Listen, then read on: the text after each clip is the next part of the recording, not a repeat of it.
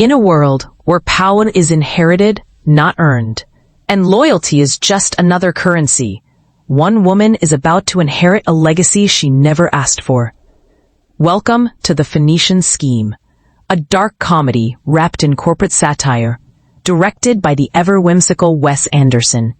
This is not your typical inheritance drama.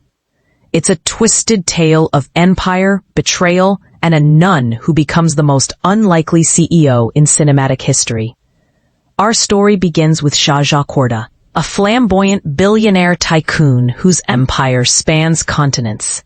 He's eccentric, manipulative, and surrounded by 9 sons, each more power-hungry than the last.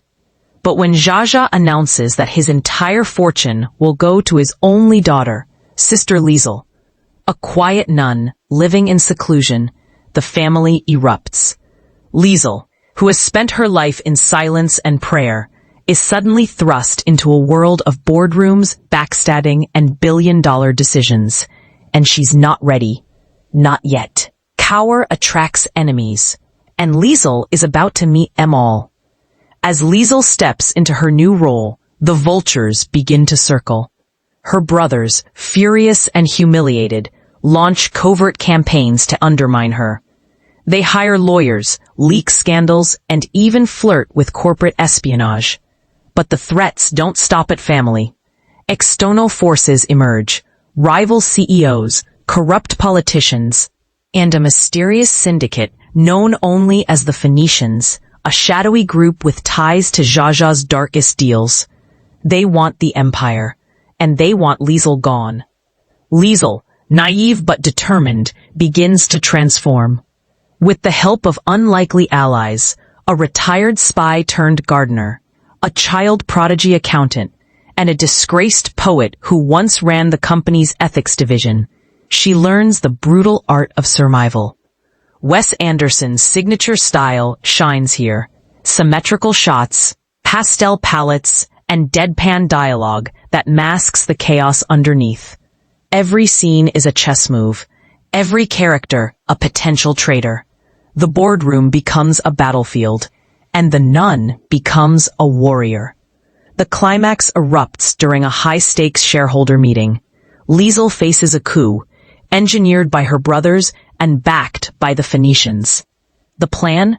Strip her of power, dismantle the empire, and sell it off piece by piece. But Liesl has learned. She unveils a counter-scheme.